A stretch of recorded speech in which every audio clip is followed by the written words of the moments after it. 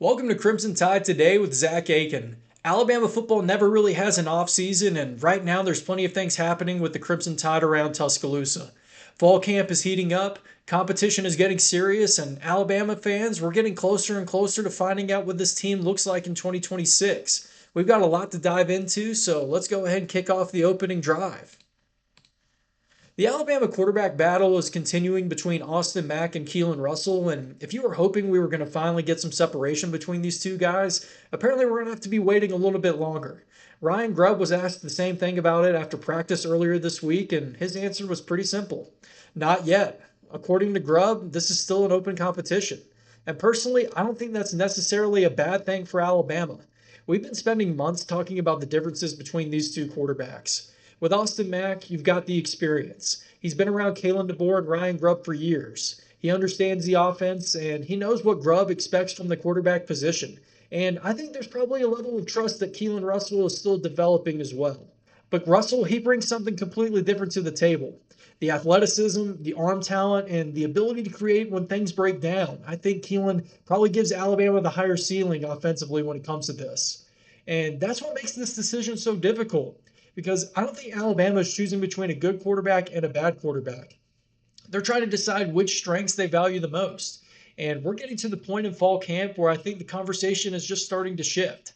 We've talked about arm talent, we've talked about athleticism, and we've talked about experience. Now, Grubb, he seems to be looking for something else command. Alabama has a scrimmage coming up, and Grubb basically said he wants to see how these quarterbacks respond when things aren't going perfectly. What happens after a three and out? How do they respond after a bad play? How does the offense respond to them? That's part of this competition that I'm watching now because both of these guys, they can make all of the throws. And at some point, this is going to become less about who looks better throwing routes in practice and more about who you trust to lead an SEC offense when you're down 7 points in the fourth quarter. And Grubb, he's going to be evaluating the obvious things decision making, completion percentage, turnovers, explosive plays. All of those things still matter. But if those numbers remain close, leadership could ultimately be the deciding factor with this competition. Grubb even admitted that if everything is basically even, the quarterback who can lead the football team better, they're going to have the advantage. And I think that's very significant. I've said throughout this competition that I don't think Alabama should just rush this decision just because everybody wants to know who the starter is going to be. I mean, make Mack or Russell, make them take the job. Don't give it to somebody just because of recruiting rankings, but don't give it to somebody just because they're older. Make somebody prove that they're the best quarterback on this football team. In this upcoming scrimmage, it could be one of the biggest opportunities either quarterback has to finally create some separation because eventually Alabama's going to have to start preparing one guy to be QB1. Apparently, we're not there yet, but I think we're getting pretty close. So we've spent a lot of time talking about the Alabama quarterback battle between Austin Mack and Keelan Russell, but I think one of the more interesting things about this competition is that Alabama isn't choosing between two quarterbacks who play the same way. These guys, I mean, they're completely different. And Alabama tight end Marshall Pritchett, he gave us a pretty interesting description of both quarterbacks recently. When Pritchett talked about Austin Mack, he basically described what everybody would expect: big, smart, dependable. And he even called Mack a true NFL prototype. And that makes sense when you look at him. Mack is 6'6", around 238 pounds, and now he's entering his fourth season playing in Kalen DeBoer's system. He understands what DeBoer wants. He understands what Ryan Grubb wants. And Pritchett talked about the command in the huddle as well. You get the play call from Mack, and everybody knows what they're doing. I mean, you just get up, line up, and you go play football. There's a lot of value in that, especially when you're talking about an Alabama offense that could have some question marks on the offensive line early in the season. But then you've also got Keelan Russell. He called him dynamite in a bottle. And I think that's a pretty good way of describing what makes Keelan so intriguing. Keelan, he gives you that improv ability. He can move, he can extend plays, and he's got tremendous arm talent. And apparently he's making throws in practice where guys are going back and watching the film and wondering how the guy even pulled it off. That's why I've been saying throughout this competition that I think Keelan probably has the higher ceiling. That doesn't necessarily mean that he's the best quarterback right now. I mean, there's a difference. Mack, I think he'll give you a little bit more stability, but Keelan's going to give you more explosiveness. And that's ultimately what's going to make this decision so fascinating. And here's another thing that I think is really important. It doesn't sound like the competition is negatively affecting either quarterback. Rico Scott, he talked about how both guys are handling all the attention surrounding this battle. And Ryan Coleman Williams said that they're feeding off of each other and both commanding the offense. And that's exactly what you want because eventually somebody's going to have to lose this competition. But right now, Alabama doesn't need either quarterback worrying about that. They need Mack pushing Russell, and they need Russell pushing Mack as well. And they need one of these guys to eventually make the decision very obvious. Because I don't think Alabama wants to be entering the season wondering which quarterback should be out there. At some point, somebody's got to take this job. And the interesting part is that Alabama isn't deciding between two similar options. They're deciding what they want this offense to look like. Austin Mack, he gives you the prototype. Keelan Russell, he gives you the dynamite. Now we got to find out which one Ryan Grubb trusts to run this offense. We might be getting a pretty significant change to one of the more recognizable uniforms in all of college football. And Bama fans, I'm very curious on how you feel about this topic because it certainly looks like the Crimson Tide could be preparing to put a sponsor patch on the jersey. And I've seen some of the recent pictures of Alabama's uniforms, and there's a noticeable change. The script A that was previously around the collar, it's gone.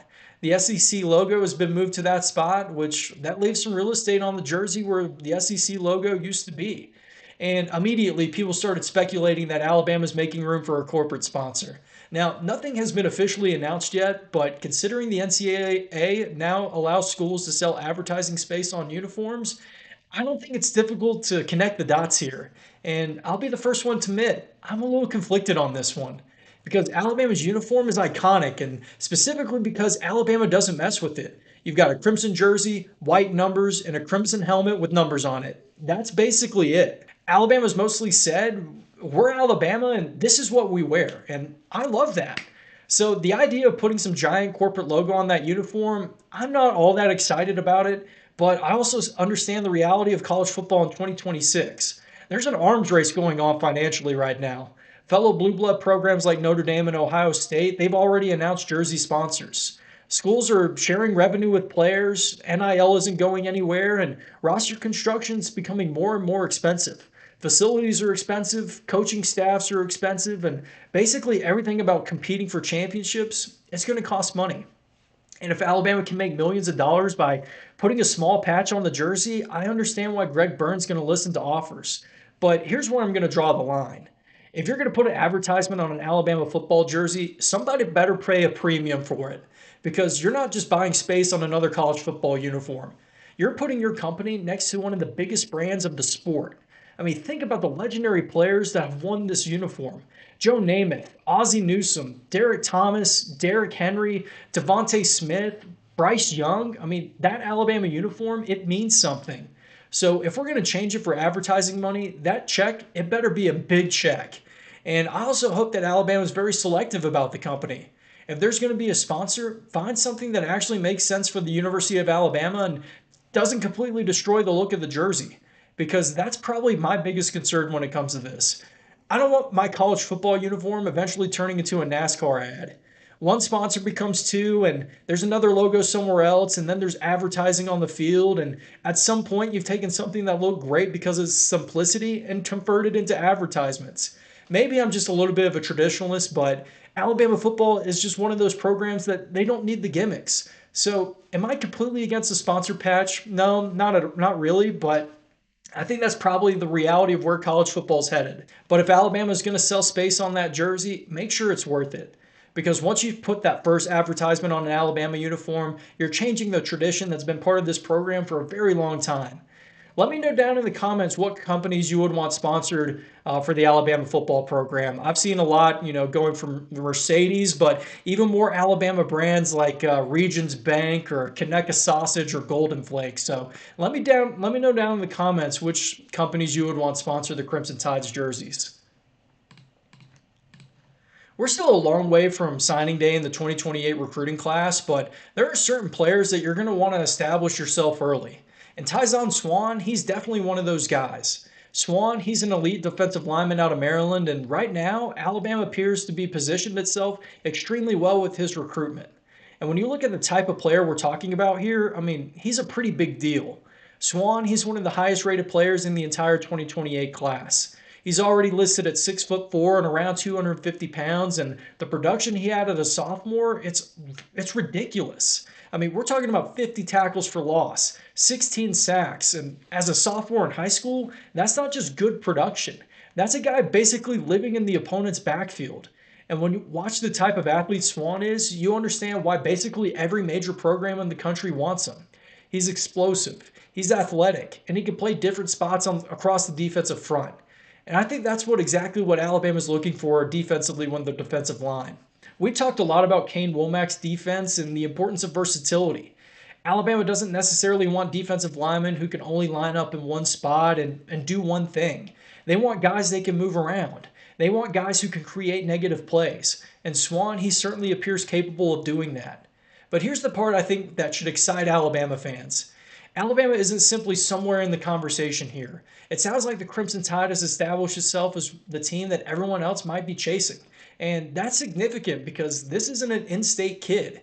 We're not talking about a guy that grew up 30 minutes outside of Tuscaloosa. You're going into Maryland and trying to pull out one of the best defensive players in America away from programs all over the country. Alabama is an established brand in this region, though. Alabama's signed former DMV stars like Cyrus Quandro, Cyrus Jones, Trayvon Diggs, and J.R. Edwards recently. And that's something Kalen DeBoer and his staff have to continue doing. One of the questions when DeBoer took this job was whether Alabama would continue recruiting nationally at the level we became accustomed to under Nick Saban. And I think we're getting our answer. Alabama definitely still has the brand, they still have the resources, and most importantly, Alabama still has the ability to get elite prospects from everywhere in the country interested in coming to Tuscaloosa. Now, obviously, I'm not putting Swan in Alabama's 2028 class just yet. We're still talking about a kid who still has 2 high school seasons ahead of him. A lot can change in that time period. Ohio State, they're involved. Auburn's been involved, and Penn State has been involved too, and also schools like USC from the West Coast. Everybody's going to be coming after a player like this. But I'd much rather be a program that everyone is trying to catch than the program that's trying to make up ground. And right now, Alabama appears to be in a very good position.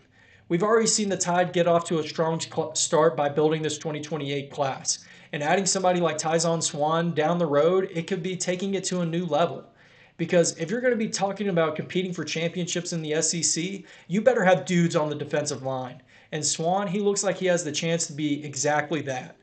So guys, that's going to do it today for today's episode of Crimson Tide Today. But now I want to hear from you. Drop your thoughts in the comments below. What are you seeing from this Alabama team right now? And what is the biggest storyline that you're watching as we get closer to the season? And if you enjoyed the show, make sure you hit that like button, subscribe to the channel, and turn on notifications so you don't miss any coverage of the Alabama football team. We're going to have plenty to talk about as fall camp rolls along and the season gets closer. So once again, guys, thanks again for watching Crimson Tide Today. And until next time, roll Tide.